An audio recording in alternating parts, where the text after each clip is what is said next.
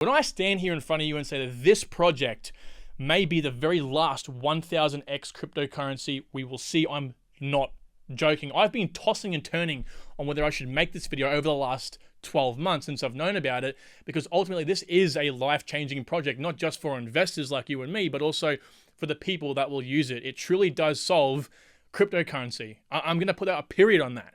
Now, the project I actually come across was about 11 or 12 months ago. I was working for a Web3 company at the time, and it come across their desk because they got a potential investment in it. And I thought, wow, I looked into it a bit more. Again, I made a 36-page research article on this project. I was that blown away. I wanted to make a video back then, and I decided not to. And I've kind of broken my silence now because I feel like now is a good time to share it with you. Ultimately, I believe we might be on the precipice of either a bull market or a black swan event, and in that case, you can pick it up. What's the project? It's called Nillion. Now, the word Nillion itself means a whole lot of nothing, but their slogan is the Fort Knox of the metaverse, simply because these guys are so damn secure, they beat Web 2 solutions. They beat Web 2 in a whole heap of ways, kind of like what Quant does. It disrupts Web 2 as well as Web 3. So I feel like you guys really need to know about it. They have an all-star cast of teams, some of the best team members in the world, at least from people that's actually viable to pick from. So again, we're going to cover all of this today and more. So if you do want to see more about Nillion at any stage of this video, please subscribe, because I will bring that to you in the future for sure. So what is Nillion? I've hyped it up quite a bit, so let's break it down. Now, it does get quite complicated. Again, this video isn't intended to be complicated at all, just an introductory video. So if you want to see more, let me know. So let's just run through it. The first thing you have to know, it's not a blockchain, okay? Nillion does not focus on being a ledger per se, as in like storing transactions on a ledger in the exact order, public or private, okay? Rather, it is an ultra-secure, decentralized computational layer that sits beneath networks. It's called the meta layer. It sits even beneath layer 0 networks. It can be connected to any network and be the very underneath layer, okay, the meta layer. What does it solve? Privacy issues on public networks, allowing dApps, transactions, and more to be private, but get this, stored on Nillion, aka digitally, with the highest security thresholds, without sacrificing speed. So this is a common theme with privacy networks. Now, I want to say for the record, we'll get into the exact niches or narratives that this guy actually focuses on. It's more than just privacy. But essentially, when you look at zero-knowledge proof networks, Mina, for example, Zcash or Monero, whatever it might be, anything that runs zero-knowledge proofs, a really big issue is that they're very slow, because ZKPs require lots of computations, or they're very computationally heavy, and they're slow. Not Nillion. Not Nillion, it's very fast, matter of fact. It doesn't even do consensus. We'll get over that in just a sec, right? Now, competitors. Who is it competing against in the market? Well, people like Mina, Awi, Flux, Render, LF0, Moonbeam, even IPFS, right? Filecoin, Zcash, the list does go on. So here's how it can 1000x. Here's the real meat and potatoes. Now, this is the tech sort of stuff there. This is a very butchered, bastardized version of it. So this is just to introduce the average Joe to what this actually is. So again, I can't make that video on it, but as you already know, it's not a blockchain or a DAG, okay? It's actually built off what's called SMPC, or secure multi-party computation. Some of you might have already heard the buzzword MPC, multi-party computation, thrown around. You probably wouldn't have heard of an SMPC protocol because it's not used, because it's very slow. But Nillion kind of leverages this SMPC sort of primitive that I'm going to tell you about now. Just like other networks, use proof of stake and create a variation from it, right? They create their own variation, just like, other proof of stake networks get secure proof of stake, delegated proof of stake. They have their spin on it, but they use the very framework as a basis, okay? Now, SMPC processes transactions in a distributed way, but again, it's very slow at this particular layer here, which is why you don't hear about it. So let me just run you through the process, because this is going to be very unfamiliar to 99% of you, right? So let's just say you have a private key or some bit of information that you want to keep private on a blockchain, right? What happens first is you get it, you shred it, and you create what are called shares, or just little parts of this, very little parts, okay? And then you distribute that. This is all nodes in the network. So you distribute those shares individually to all the different nodes on the network. And then what happens is when you want to have an outcome, right, when you want to actually reconstruct this or compute something, right? Let's just say you wanted to computer transaction, for example, right? Using this on the network, on this distributed network, well, it's simple. The nodes will communicate with each other, which is very slow, and then you'll create the output. Now, this is so slow, it takes hours and days. Very trivial transactions can take hours. More complicated transactions can take days. Again, that's why you haven't heard of it. But the founder of Nillion, okay, Miguel, he created Nil Message Compute. It's their novel architecture that builds off this that makes it a very viable product. So, again, novel, but it uses a few different primitives inside of it, and again, we're not going to touch on those because it gets quite complicated, called one-time messaging and Shamir secret sharing, okay? And it uses those in different layers before you even use your private key on the network, okay? Now, it is super fast because it takes the slow part out. See you later, right? And it solves the slow part of SMPC because the nodes don't need to message each other to run the computations. It's very scalable, instant consensus, and it's what's called ITS secure. Information theoretic secure, which is the step above encryption, which means it is post-quantum secure. It's impossible to hack. You can't hack it. So what happens here, right? Again, the same sort of process. Again, they use these primitives in these steps before and during this, but I'm not going to go into that. Essentially, the bastardized version is you have a private key or sensitive information you want to keep private, you shred it into shares, and then you distribute it to the network here, and then ultimately, what happens with those little pieces of shares? Well, they're computed locally on your computer, you know, on the whole network's computers. But the interesting thing is, because it's ITS secure, it's that secure, these little shares that potentially would have made up this little secret, it's kind of like a jigsaw, right? All the little jigsaw pieces create the overall picture. Well, instead of having those jigsaw pieces, now imagine if those jigsaw pieces were ash. So the nodes on the network, it's so tiny. The information they have is so tiny, which is why this network can actually hold things like, you know, gigabytes of storage or individual files. But it's also dust. It means nothing to them, right? And until you get a certain amount of these to reconstruct, i.e. over here, it means nothing. But the beautiful thing is they can run the computation. So all you have to do on the network is say, hey, I want to process a transaction. You can install this private key on the network. And then when you want to input a transaction, you can. These guys don't know what's going on. They're just being told to run an algorithm. They run the algorithm and boom, you can spit out whatever you want. Nuts. Nuts. All right. Now, again, a very bastardized version. If you guys want to know more, I'm happy to bring you more information. So what does it solve, right? Interoperability as a meta layer underneath everything, including layer zeros. It can connect to any network, and private networks can be created. So if you're like a government, you can create your own nodes that run this sort of algorithm and, you know, so on and so forth. So unparalleled security, as I kind of mentioned to you before, it's ITS, Information Theoretic Secure. It's best security in the world. It beats any existing Web 2 solution, right? Web 2 solutions have encryption, which means there might be quantum secure, but there will be a time where you can catch up to speed with that and hack the network. You know, that's why people can get into the government networks and stuff like that, because there is that instance, right? Not this. You can have literally infinite time and resources and you will never, ever be able to hack the network. Okay, it's crazy. Privacy does not come at the cost of speed either, so it's not like zero knowledge proofs where this has another effect, right? It's good, but it's also bad.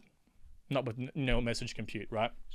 Use cases, let's talk about some crypto stuff here. Removes many public blockchain issues, plus creates more flexibility, of course. Now, the thing with the public networks is, have like Hedera, for example, they always have private instances, Casper, Ethereum, whatever it may be, even R3, Quorum, and Hyperledger Fabric, but you're always going to have public dApps, applications, users using the network that want to store things privately or interact with an application privately, which you can do. You can also build them on Nillion, which means you can have like a DEX that doesn't have the issue of front running. Okay, there's a lot of possibilities here. Also, it does things like hide the metadata. I know I'm jumping around here a little bit, but the metadata is important because with NFTs, you can actually go in and look at the metadata to see and try to find yourself the better NFTs. All right, and it can solve this because it can secure this in a decentralized manner where no one knows what the hell's happening, right? Not even the nodes. Okay, let's jump back into it. So storage for sensitive information, right? You can use this to store private keys, anything. It's more secure than your computer. It's more secure than anything you have in the real world. Single account to access all your keys from different networks. So again, because it acts as the meta layer, you can connect to any network, and you can have one private key or one account that has access to all your different blockchains accounts. So you go into that account and you can access every single private key or network that you have associated that with. So you don't have to muck around with you're creating whole heap of accounts and trying to manage them and sign in and sign out, you go into Nillion, and that's it, okay? Build secure dApps, as I said, and hide metadata. Now, real world implications, this is actually where it gets really, really cool. So Nillion is more secure than encrypted storage, so it would disrupt any and all business to customer, business to business, and business to government services, such as business to customer, right? Storage of passwords, docs, two-factor authentication, anything you can possibly think of that you use in your everyday life, right? B2B, business to business, sensitive corporate data, just obviously to name the most basic, and business to government, right? So the CIA can communicate with Interpol without revealing all their secrets. Very important. Now, the interesting thing about all this is, this has a direct, this kind of is the actual interoperability solution we've all been waiting for, in a way, isn't it? Because we have these existing solutions like Moonbeam and stuff like that, but this is a whole step up. This is like Quant to like, if you were to go like to compare Quant with other networks, existing, interoperability networks. It's just not the same thing. It's not the same thing at all.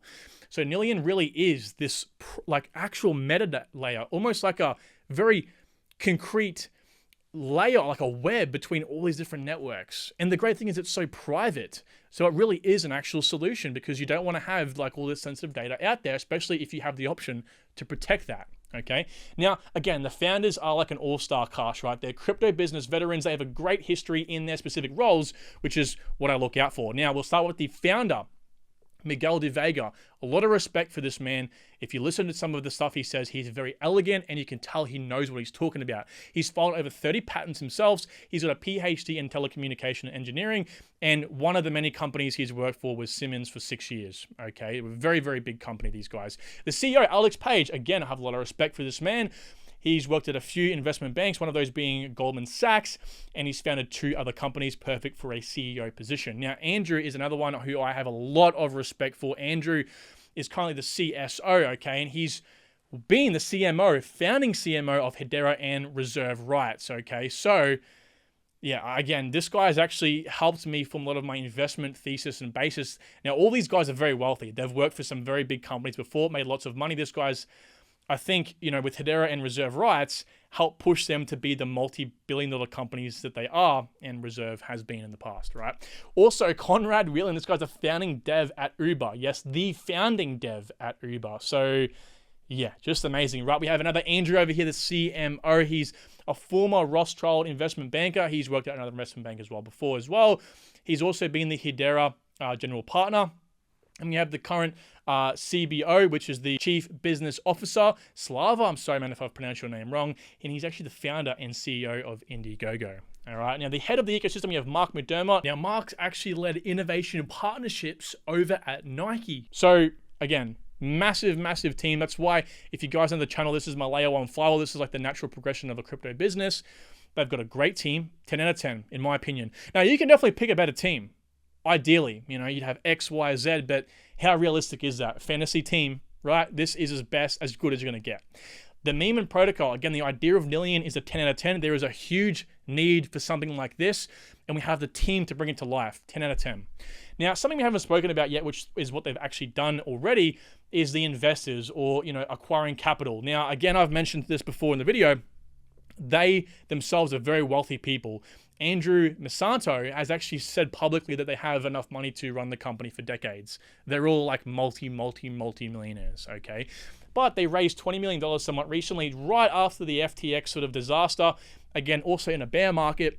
So just so that, obviously that the community could have some involvement and to obviously be able to not run into their own money, of course, and begin hiring more and more people to bring this to life, okay? So some important things to remember is the narratives it kind of tackles and disrupts. The privacy, interoperability, decentralized computation, right? Kind of like Flux, kind of like Render, but not really. But they do utilize individual nodes that are computing all these little shares.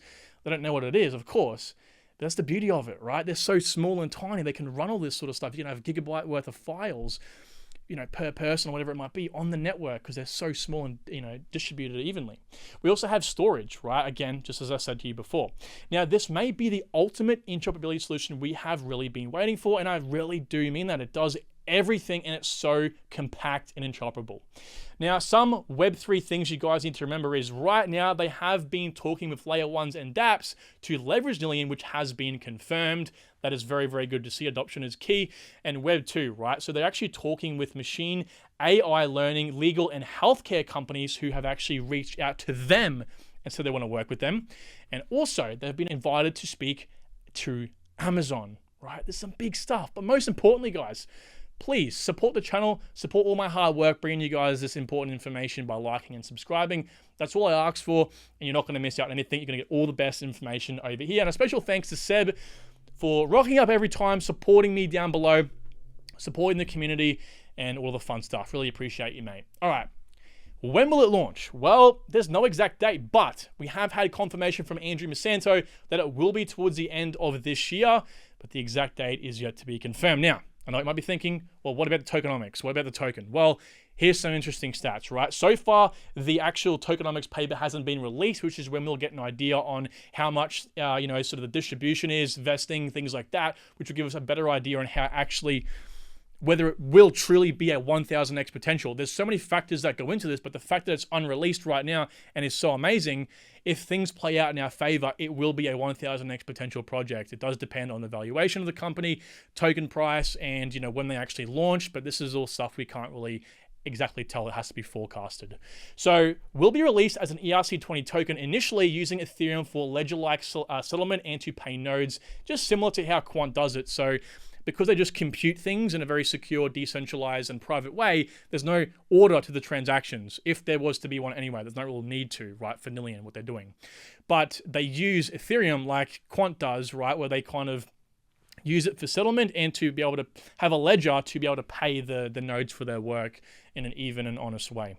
Now, also, the token itself will be used to pay for storage, transfers, and computations on data. So they have basic, but what you would like to hear for token absorption reasons, right? Defensibility. And nodes will have to do the following: stake to provide their resources, and they will be slashed if they misbehave. Just some basic stuff, of course, that goes into most networks to incentivize honesty. Now, that's going to do it for today's video, guys. Hopefully you have enjoyed. Again, support my work if you want to learn more about Nillion. The only way I know that is if you like the video and tell me down below, and I will bring you more updates on when we can hear some more stuff about the tokenomics, distribution, and when I can start synthesizing whether it's going to be a 1000x investment, 100x investment. I don't really see it being any less than like a 50x, but honestly, I think it will play out in our favor. These are a very smart team that they're probably really good at tokenomics themselves, let alone hiring people for that. So I feel like we may be in a very advantageous position. And of course, if they open up any community rounds before that, you're going to want to know about it, because then it really truly will be a potential 1000x. All right, guys, thanks so much for watching. Appreciate you all, and I'll see you in the next one.